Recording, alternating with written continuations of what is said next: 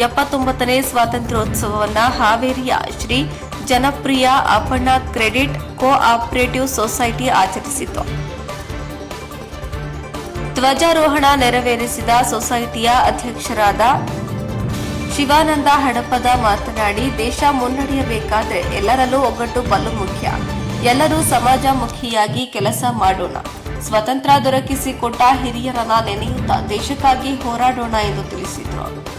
ಶ್ರೀ ಹಡಪದ ಅಪ್ಪಣ್ಣ ಸಮಾಜ ಸೇವಾ ಸಂಘದ ಅಧ್ಯಕ್ಷರಾದ ಶ್ರೀ ಷಣ್ಮುಖಪ್ಪ ಕಾಯಕದ ಮಾತನಾಡಿ, ನಮ್ಮ ಹಾವೇರಿಯ ಹಿರಿಯರು ಸಹ ಸ್ವಾತಂತ್ರ್ಯ ಸಂಗ್ರಾಮದಲ್ಲಿ ಹೋರಾಡಿದ್ದಾರೆ.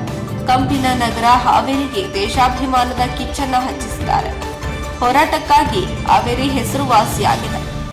ದೇಶ ಬಲಿಷ್ಠವಾಗಲು, ದೇಶವನ್ನ ಸದೃಢವಾಗಿ ಕಟ್ಟಲು ಎಲ್ಲರೂ ಹೋರಾಡೋಣ ಎಂದು ತಿಳಿಸಿದರು.